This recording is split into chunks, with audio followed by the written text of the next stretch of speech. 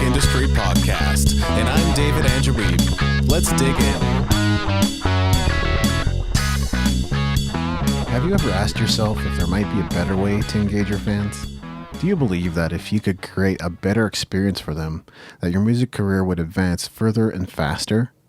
Are you looking for practical ways to create a stronger connection with your fans? Then you're going to love today's special interview. Let's get into it. Here to talk about Wonderful Union, I'm joined by President and co-founder Eddie Meehan. How are you today, Eddie? I'm doing well. How are you doing? I'm great, thanks. Thank you for taking the time. Oh, it's my pleasure. Let's begin by talking about what Wonderful Union is. It sounds like you're doing a lot around fan engagement, ticketing, and VIP experiences. Yeah, exactly. So, the way that I like to put it is it all starts with, for us, the point of engagement is for the website. It's where people are going, whether it's on their mobile devices or whatever. So we focus on building and managing websites, fan clubs, which when you have a website and a fan club, you have to sell tickets and you have VIPs. You have a fan club, you have merchandise, and it all kind of works together in this big circle. And that is what we do. Right. And overall, I think that would help a lot of artists generate more income from their art, right? Yeah, 100%. Especially when you have a engaged fan base, you're able to focus on driving, all of your traffic into one centralized place. And a lot of times, larger artists will give those rights away to a record label or to sometimes even their friend's cousin who builds websites in their basement.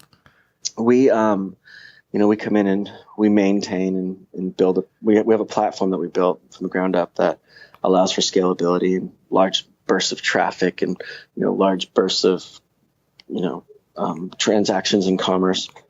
And so as an artist, you with the way that the climate's changing for album sales and whatnot, being able to, have that website as your centerpiece of your business, because people, let's face it, they go on Twitter and they engage and they communicate, and it's a short-lived conversation.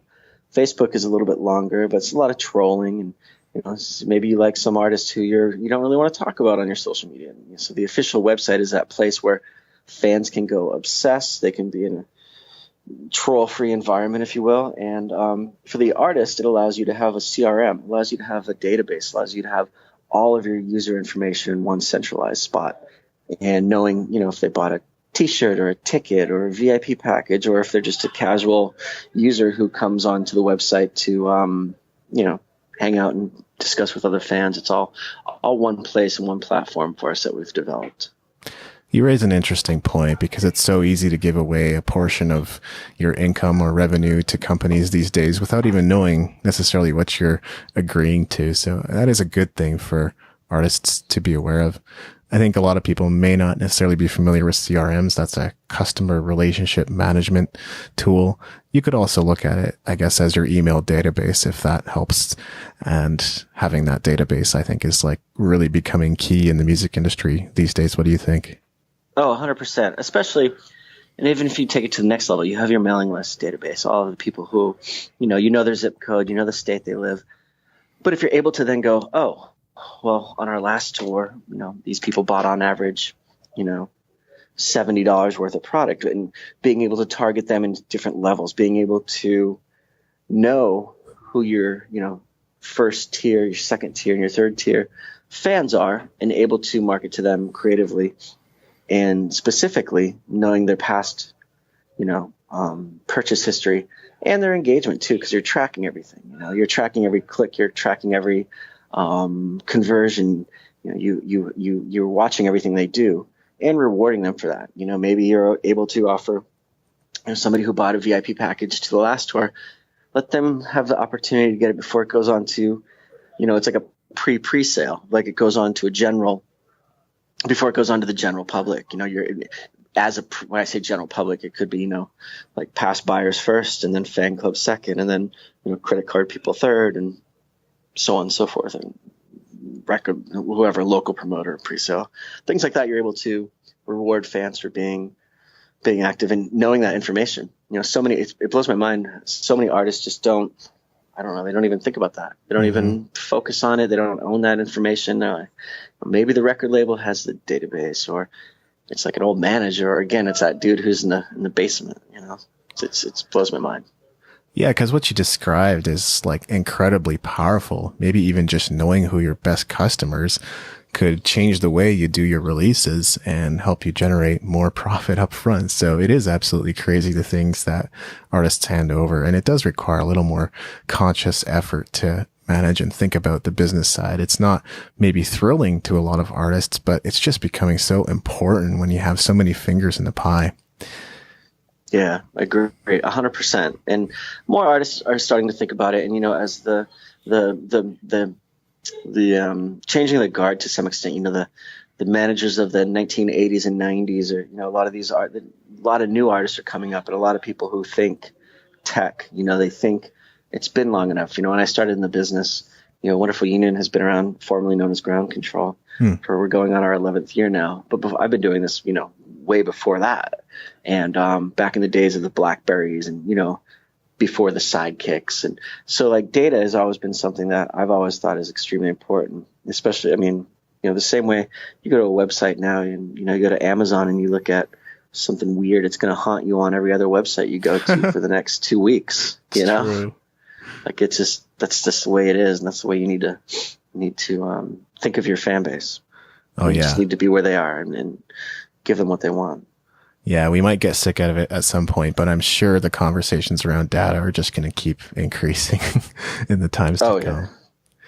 I'm already a little sick of it, but it's definitely important. Oh, me too. Yeah. How important is fan engagement these days? What kinds of things can we do today to create memorable fan experiences versus like 10, 20 years ago?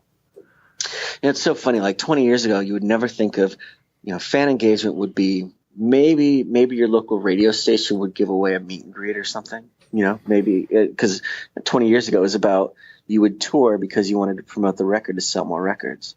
Now the script is fully flipped. You do a record just to go tour.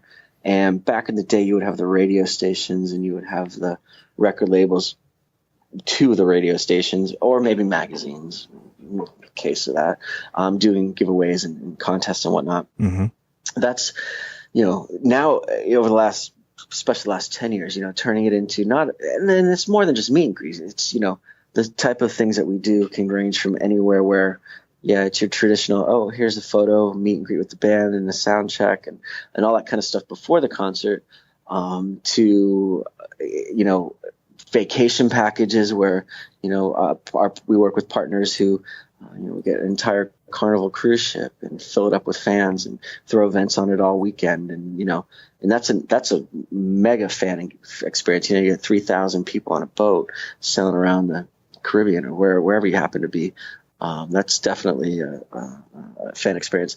Two other things where we have artists where we've done, hologram karaoke on site at concerts, or we've done get your hair cut just like the artist by their own barber, those type of packages. People, from the moment they purchase that ticket on wherever they purchase their ticket to, whether it's a big, and a lot of the stuff I'm talking about is obviously big artists, but even on young and up and coming artists, it's definitely, being able to create things where from the moment the fan purchases a ticket or thinks about going to the show, you want to be in their mind. And, with the VIP packages and those type of, ticket bundles, et cetera, that's a good 5% of the market, I would say, out of, 100%. And so it's a real small niche, but you want to think about them from the moment they're getting in their car and going to the show, from the time they walk into the building, from the seat location to the experience they have to maybe it's backstage. It's creating at the basic level, creating an evening, creating an experience, creating a moment that will live with them forever, and they'll want to possibly come back and do it again. A majority of the people that do it once come back over and over again, and it has a somewhat of a I don't want to call it, I don't know how else to describe it, but like an addictive characteristic to it where it's, people enjoy it. And that's really what you want. You want the fans to be engaged every time you come through town. But maybe it's a one-time thing. Maybe it's a birthday. Maybe it's just a moment to create. And, that's really the core of what we do with those. Just if you create an experience where a fan has an amazing night, they're going to tell 25, 50 of their fans, or friends, and hopefully that word spreads, and you have a fan for life. You just answered my next question, because I was going to ask how it could apply to independent artists when you've worked with so many big names like Taylor Swift, Justin Bieber, or Miley Cyrus. But I think, our listeners are starting to get an idea here. And I'm a big believer in the fan engagement concept as well. I even talk about it in my book to some extent, but I just talk about the idea more and more lately that organizing a show, you need to be not just a musician, but an event planner. You really need to look at the big picture of where are you trying to bring your fans out to, and why will they come out, and what are the drink specials, and who's on the bill that night, and is there other forms of entertainment or multimedia you can pull in. Even on a budget, these things, are definitely doable and should be done. 100%. Like when, and especially like on a local level, when if you have that much control of your event, you could, maybe you could save a couple $100 or make a little bit more money playing at the divier bar or whatever. But if you know your fan base, and if there's a venue in your town that, maybe it's near the entertainment district where there's a bunch of restaurants, and it's not all about the money. It's about the experience. And if you can select the venues, and this is getting real hard. I know as an artist, and myself formerly, I used to play in bands, and that's how I got in the music business. But like, if you're able to pick a venue in your town that has, where everybody wants to go out to on a Friday or Saturday night, there's restaurants and there's things to do, like that's adding to the experience that you're giving to the fan. You're leading them through that community. You're leading them through that, and that's going to make a better evening for them. Now, going back to like, yes, we do work with some amazing top level talent, but we've, a lot of the clients that we've started with over the years have been, we do take up an approach of A&R, and we try to find up and coming artists who we know, like, a lot of it is with an artist, the team that is around them, and their track record for success. So like going backwards, I've had artists that have popped up out of nowhere. I worked with Chris Stapleton back in the day, and he was a songwriter who, before he had an album out, or G-Eazy, which is he started, I remember, he played here in town. It was, 150 people, right? But he still sold 20 meet and greets, and that was kind of the beginning of where I saw with his team, which is, he has an amazing team of people around him, and from his booking agent to his managers to, everybody who's involved I believed in the team because I'd worked with him before. And knowing, going to a show and saying like, okay, he's still finding where he is. And this is several years ago, still finding where he is. But you see the fans there, and you see, like, even at that small level of 200 people in a room, people are getting into it, and he's feeding it back the same level he does today. And he's, out playing amphitheaters at 20,000 people now, and still doing the meet and greet, still doing the same engagement with the fans at the same level he did at 200 people. So for us, it's about the artist and about the team and about, everything just being right. And from being an artist standpoint, if I was able to put myself back into when I was playing in bands 15 years ago, like I used to just be like, oh, it's a cool place to play. And, you would think about the club, but you would never think about what we had talked about earlier, the part of town that you're going to be in, the type of experiences. It was like, maybe, I don't know who's selling the tickets. We're just we're going to show up and play, but it's definitely, the whole business has changed so much.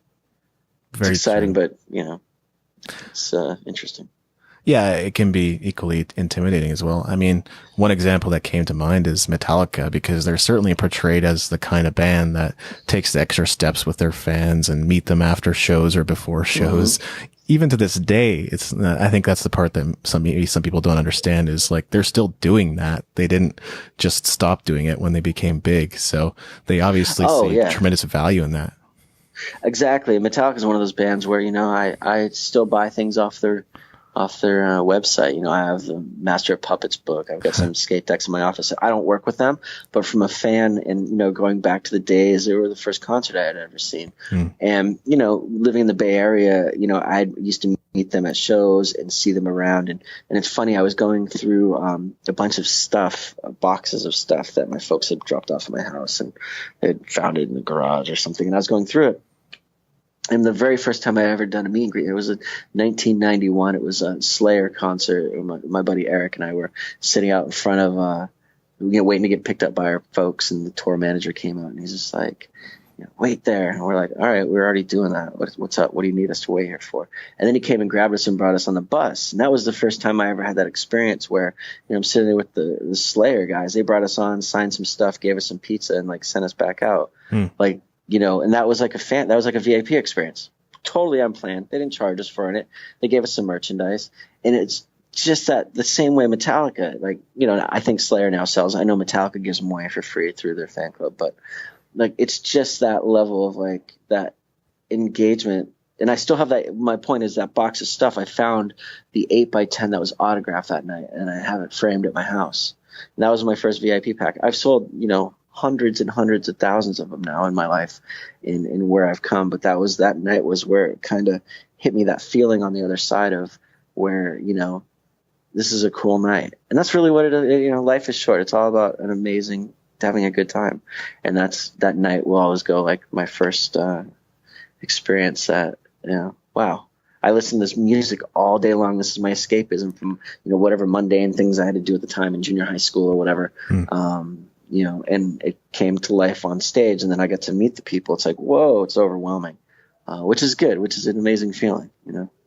Exactly, because it's an experience you're still talking about. So those are the kinds of things that years later. Yeah. So those are the kinds of things that I'm thinking are, you know, what fan engagement should be.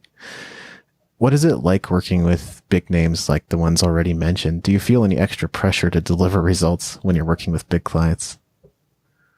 You know, you do. You feel there's no room to make mistakes. And when you do, you need to own up to them, and you need to resolve them quickly. You know, it's definitely having the stress. Luckily, I have an amazing team. You know, we're so wonderful. You know, it's about 45, 50 people on staff. And I have an amazing staff that works with me, from, you know, our designers, our developers, our warehouse staff, our customer support team, our touring team, our client services. I mean, everybody's just great.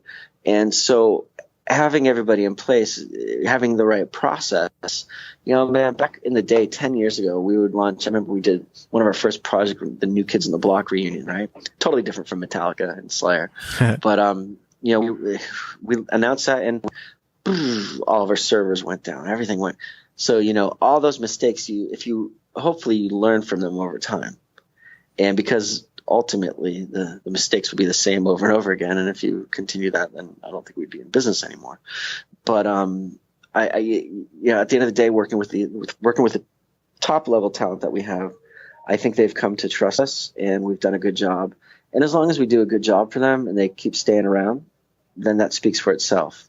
You know, I've seen a lot of different companies come and go from the time that we started. You know, I remember, you know, there was Music Today, and then there was a couple Echo Music, and then Topspin, and then all these companies that came and dipped into the space that we're in. Some of them, you know, like Ian over Topspin, he had that amazing job at Beats Music and went over to Louis Vuitton or wherever he's running digital for. But so maybe he wins out of all of us. But there definitely has been a lot of companies that have come in and out of the space. And, you know, I think just us doing a good job and marching on and keeping our clients happy that's all you have to do, and they stay around. And there's really nothing more to it. That's awesome. Yeah, that's what it all comes down to. Making sure you have good customer service and you're getting the results that you're promising. I mean, having invested in a music industry startup myself, although certainly in a different field, that one failed. And it's true. So many just kind of come and go, and unfortunately, without the right people and the proper vision to make it happen, it can just tank so quickly, especially in a difficult industry. it's a very difficult industry. And, luckily between, having the right people on team and, we've never as a company taken any funding or any, it's always been bootstrapped, and there is no option to fail because then we don't have jobs. So, and nobody wants to go get a job. No. Yeah. So we've all been very stubborn. So I guess part of it's being stubborn. I agree with that. And actually, I want you to talk more about that because I think bootstrapping is a concept that was sort of lost on the people I was working with, and one idea that probably many music entrepreneurs should be aware of. Yeah, it's funny because we there was just a handful of us and we were building websites, and, getting into the fan club business came second. And it was one of those things like, do you guys do this? And it's like, yeah, of course we do. Because we're all, when you're bootstrapped, you're like you don't have a lot of room for cushion, and you have to constantly stay ahead because you never know what's going to come next. You never know. Business might dry up, something might go wrong. The economy takes a shift. The other benefit I have being bootstrapped is starting the business at about 2006, 2007, when the American economy took a total dive. We're coming off of the end of the Bush era, and, right before the housing market, crashed here. So people weren't spending money like they are now.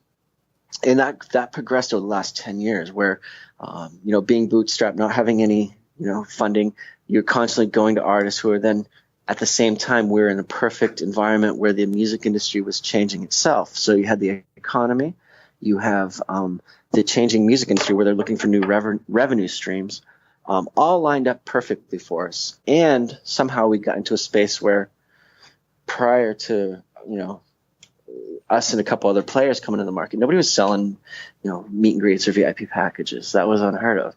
So we got kind of a perfect storm, and which doesn't always happen, So being able to ride that in and have, the ability of the economy getting a little bit better and more artists coming on board with these types of transactions and fan engagement, really allowed us to grow. And so a big part of it is luck, luck and determination. And we, there were years where it was leaner than others, and you just have to kind of, just ride it out. The early days, it was my business partner, Greg, and I, it was, there'd be months where it's like, nope, we don't get a paycheck, but everybody else, as long as everybody else does. And knock on wood, we've never missed an employee paycheck. And at this point in the business, like, we don't have to, thankfully, worry about that anymore. But it's hard. And I think I never thought of myself as an entrepreneur until, I guess, here I am, it's like believing in something, and, I never really thought of having any other opportunity, any other option than doing what we're doing because it sounded cool, and, it's like a dream job, which is still to this day. A lot of that makes sense to me too. I've kept costs low. I don't have a big office. I have a small team. There's no pressure to drive revenue numbers when you're adequately bootstrapped. Like you say, you can still find yourself in situations where you can't pay yourself. And that's not uncommon in the entrepreneurial world, especially among, CEO or executive level people. But as long as you persevere and get your business to the next level, you can get to the point where everybody can be paid. And that's, honestly, it is the amazing thing, and so much more freedom that can come with it. I've just been experiencing a little bit more of that myself this summer. So I love being able to do something I enjoy, but also having time for myself to do other things. 100%. And, once you get over that, that level, you're able to, you're just able, it's a great feeling, and now people are always asking, like, why are you in Sacramento, California? It's like, well, good question. Rent's super cheap. It's an emerging city, and I'm not from here. I'm here because of a past relationship that brought me here years ago. I just kind of made friends and stayed and started my business. But it definitely, as we grew the company, we kept the core base here, and now we have our second office we opened was in Nashville, Tennessee. Our third one was in Toronto. Sorry, that second T is not hard if you're a local. Yeah. I'm not a local. And I know, you've been in Canada. I don't want to say it wrong. So third one is in Toronto, which is still up there. And then our fourth one is in Hamburg, Germany, with a partnership over in Tokyo, Japan. But we're able to run it all through Sacramento. And it's, if I had the same company in Los Angeles or New York, obviously not only the business would be the same, but I would have way higher salaries, way higher rent, expenses, taxes, those things, as well as you have a competitiveness in the marketplace in those territories, where, and especially LA, if I had my team, other companies would be poaching them. Things like that so your turnover is much higher, resulting in more costs. And but being in Sacramento, it's a chill city. People love living here. There's not a lot of competition on jobs, and it's those type of things you want to take into consideration. I mean, as you know. Yeah, we kind of started talking about that before we even started recording, but I know I live in kind of a obscure location in Calgary, Alberta, Canada. But I recently heard on a podcast, it was Todd Henry and Ryan Holiday talking. And I mean, these are some exceptional entrepreneurs in their own right. And, I think Todd Henry says he lives in Ohio or Cincinnati, Ohio. And he says that gives him time to dedicate to his projects and his family and the things that really matter to him versus living in a big city where there's way more distractions. And like you say, the cost of expenses or the cost of living can be way more. So I can totally relate. Fewer distractions here. Yeah. And the simple distractions, like when I go to New York, I'm in New York all the time, or LA. I was in LA all last week. To sit, like even doing this with you today, like I have time because I've done a bunch of work this morning, day's wrapping up. I don't have any guests, nobody's stopping by. It's just, I can focus. It's like my little pod, the whole city. It's, there's really no distractions, which is a really amazing thing when you're starting a business, to not have the San Francisco or LA or New York type distractions. Cause I'm easy to distract. Me too. That's exactly right. So there's a term on your website, and I wanted to ask a little bit about it. What is direct-to-consumer merchandising?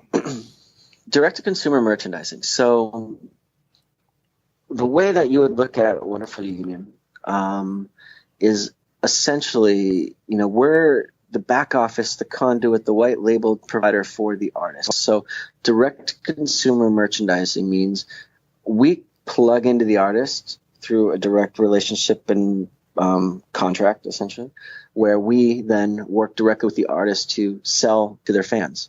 So it doesn't make sense for an artist to go ahead and be like, oh, we're going to go launch our own store and we're going to sell our own VIPs and do our own customer support. Like the business doesn't, it's hard. It has to be a scalable business over many, many clients to make it make sense, to make it profitable and to keep the cost down for each artist. So direct to consumer merchandising is, we have our own warehouse. We have our design team.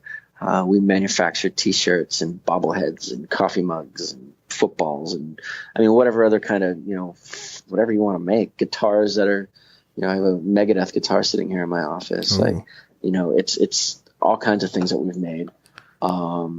Well, we didn't make the guitar, but you know what I mean? Like, yeah. We put it all together and sell it together as a package. So that's really what it is. It's just, and that's how we are as I see the company on a whole is really a back office for management firms and artists, who are not going to create we have 50 plus people worldwide, maybe it would take 8 or 10 people to do everything that we do for one artist. And that doesn't make any sense. Yeah. Yeah, I love that because basically it means, artists can be a little more hands off with this awesome revenue stream. Talk about... Yeah, they just have to approve it. They say, oh, I like it, I hate it. That's all artists really want to do anyway. Yeah, so true. Talk about some of the other projects you've worked on and share about your experience as a music entrepreneur. What are some of the biggest lessons you've learned? I think biggest lessons I've learned, I think it's not like a lesson so much like because I had to learn that lesson, but like what I've working in the music industry, it is a very small business, right? Mm-hmm. And everybody knows everybody. It's not like, we all work for car dealerships and there's thousands of them around the country and each one's got 100 people and nobody knows anyone. The music industry is a very small business. And, you have to, if you do mess up, you have to rectify it. You have to fix it. You have to make sure everything's good. You have to be, at least in our situation, you have to be responsible for every action that you take. And you also have to make sure you take care of everyone. It is like, it's like a union or something. It's the artists come and go, right? But the business is here, and the business modifies and morphs into something new every few years. It's totally different. 98 was Napster, 2008 was MySpace, 2018, I don't know, it's constantly morphing into what focus points of engagement and how fans react and commerce. And, it was, it was Tower Records, and then it was iTunes, and then now it's Spotify. It's like the way that the business changes and morphs. You just have to make sure you take care of everyone because the business changes, but really the people at the top don't until they retire. But there's somebody that right behind them. So it's just taking care of your business is really the most important part, I think, of what I've learned. And when I got into this, it was like I kind of knew some people. I didn't know a lot of people. And just like going back to just doing a good job. And I know that sounds super petty and basic, but and being creative, it is definitely a space for the creatives. Like if you want to be in the music business, being able to be my own boss and being able to come up with some just crazy ideas that maybe they're not even crazy. They're crazy to some people. Ideas that no one else has done or don't really make sense. Maybe they catch on and they work.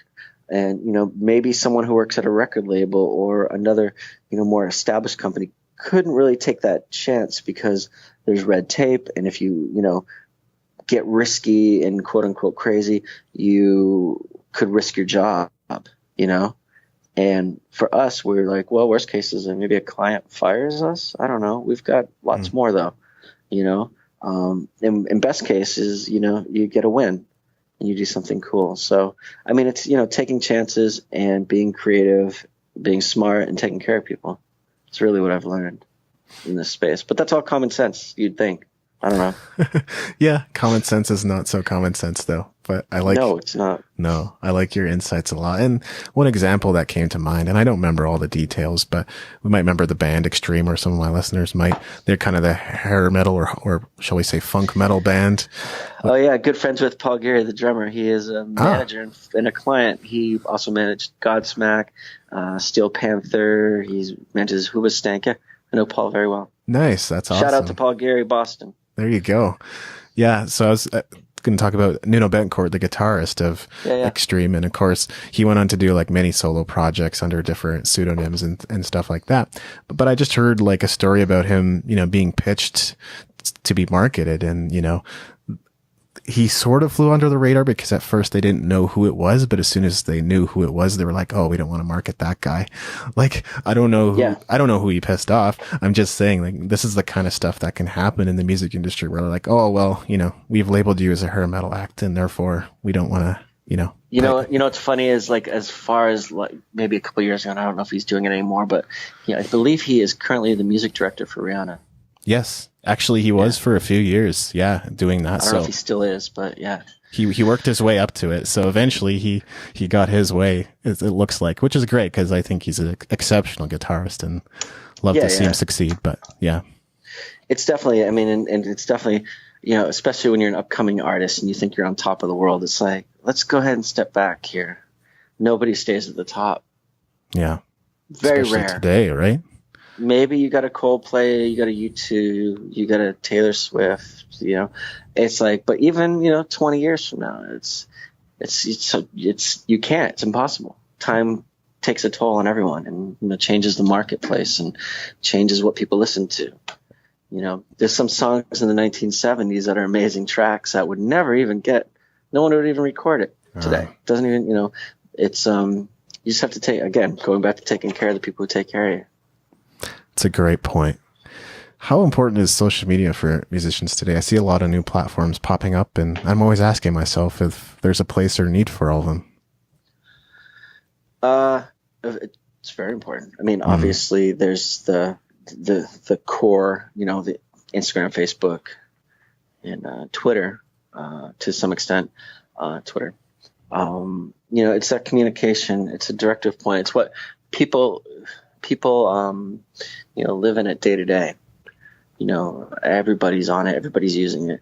If you're able to include yourself into people's lives, it's extremely important, and communicate, and that goes back to, people are like, why you still do websites? It's like, well, that's, when they want to get off social media and find out, where the artist is playing and have a centralized focus point and an encyclopedia on the artist. That's where those assets come into play. But yeah, being able to control and communicate and have a conversation with your fans is extremely important. And also for marketing, if somebody likes something, you should be able to market to them.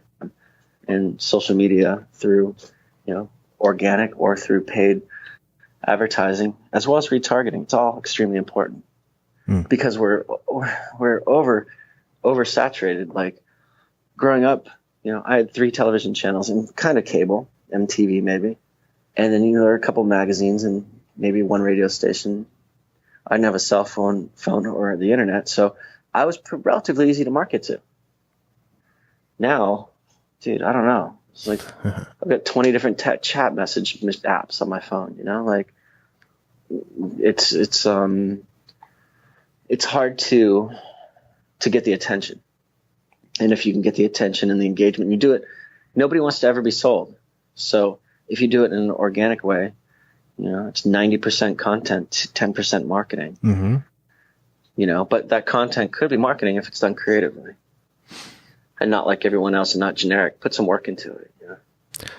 That is so true. And that's really the foundation of what I do at The Music Entrepreneur as well. It really is built around this content marketing aspect of things. So, and that's really why I'm a big believer in having a website. I mean, artists have websites for different reasons. Some believe it's only for booking purposes. So to get booked, they should have a website. I know some artists that are of that opinion, but it's a space you own. You don't own Facebook. So having a platform like that is, to me, really very powerful and important.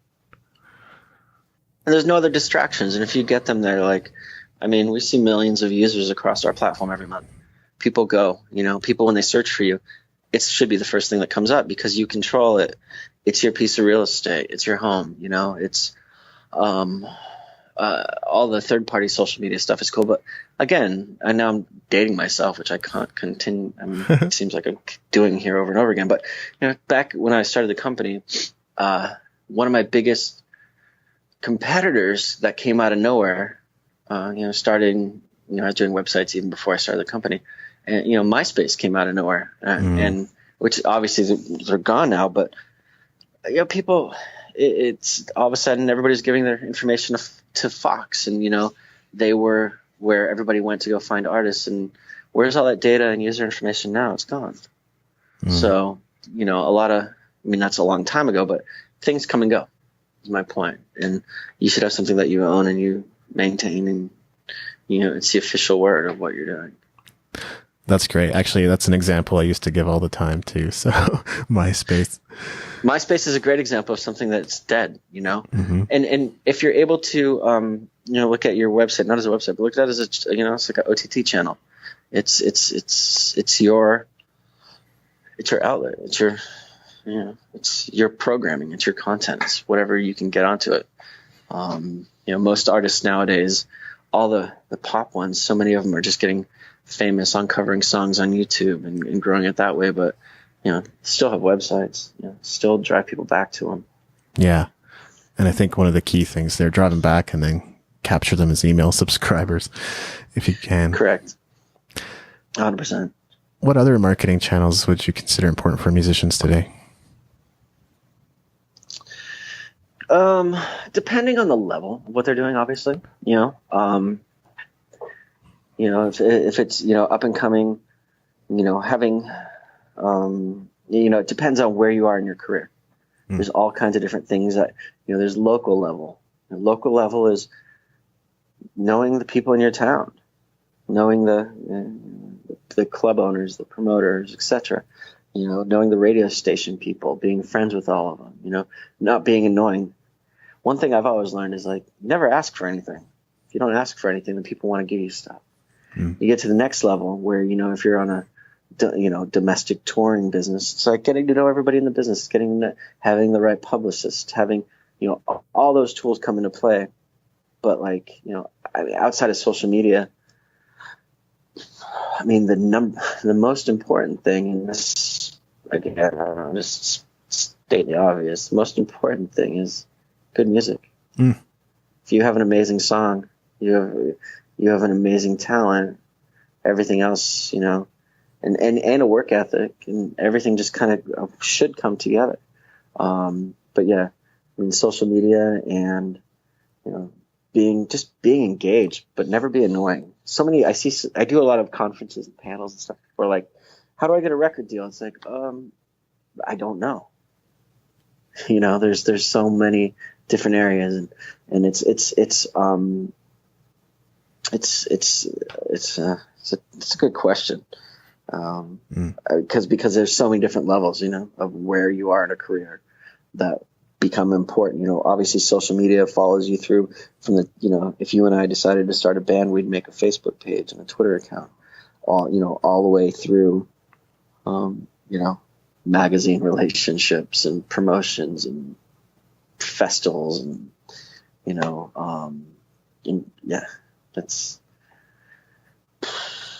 I could talk. That's a whole nother topic. I know, right? I think in a recent podcast episode, I said there's probably hundreds, if not thousands of channels you can use. And it just really depends, on your audience, your goals, where you're at in your career. Yeah. It all plays a part. What apps? 100%. Yeah. What apps or business tools are essential to your operation, or which apps are you hooked on right now? Essential for our business. We're pretty, still tech heavy, what we do, but, Slack is extremely important to us as a company, just for inter office communication. It's changed our life. I dislike email. We switched our company over a couple of years ago to Dialpad.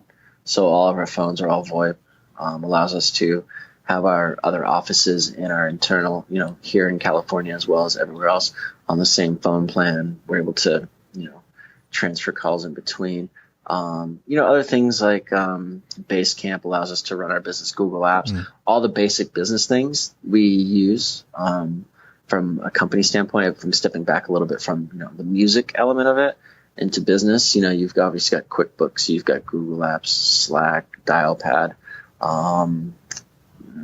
Basecamp. I'm trying to think what else we use a lot of. That's really it. iMessage, obviously. When it comes into, all the travel type things, I use, it really depends on what part of the business, but that's really the core of it. I think in the last 3-4 years, Slack has probably been the biggest, addition to how just everybody communicates, internally. I like that because keeping it simple is probably one of the hardest parts of choosing your tools and what you need to run your business. And if you can easily complicate your tool stack by just adding too many, and then nobody wants to use them because it's like, I got to switch between these 8 tools today. Oh yeah, and then other parts of the company, we run all of our customer support through Zendesk, which is integrated into our platform. Zendesk is an amazing tool, which also plugs into Slack, which people can request days off, and Zendesk, and then Zenefits, for all of our HR staffing stuff internally we use, which is another great tool. Which also, both of those apps actually go into Slack, where you can communicate when there's high call volumes, or people have customer support issues, like being able to ask each department in real time and get answers while people are on the phone or doing chats. But at the same time, using Zenefits where people can, request their time off, or, check their, not that we have schedules, but like all that kind of stuff. There are some people who work hourly, checking in and out, which integrates with Harvest. And so running the business, like using third-party tools, is amazing. And there's so much good stuff out there. It's exciting to find something new. And, usually you pitch it to people and they go like, nah, and then they play with it for a little bit and like, oh yeah, this is going to change my life. And that's when you find like an exciting tool. I think Zenefits was one of those where I brought over to my HR director. She's like, I don't know about this. I'm like, just play with it. And she's like, oh my God, this is the best thing ever. Those are good days. I mean, there's nothing more. I mean, you're basically speaking to the idea of systematization there, which is so important for running a business when you got 50, 60 employees, right? I mean, if you don't have those tools and systems in place to kind of guide your people and what they need to do day by day, it's just chaos.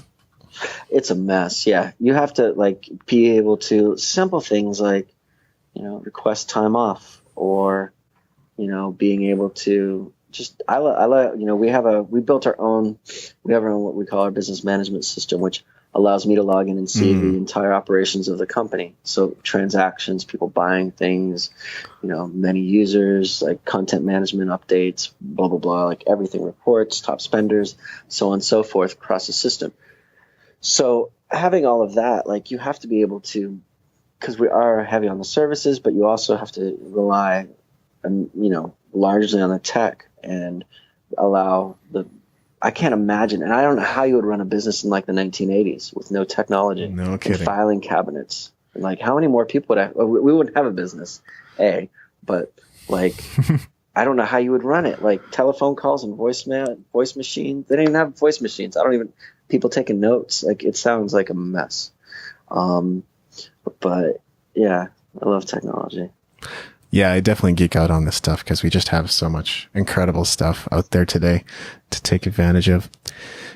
Well, it's been really great chatting with you, and it turns out we see eye to eye on a lot of the issues, which I didn't necessarily know going in, but having just chatted with you, I think that's good. We're on the same page, really. Is there anything else I should have asked? Nothing that I can think of. I love talking about the music business.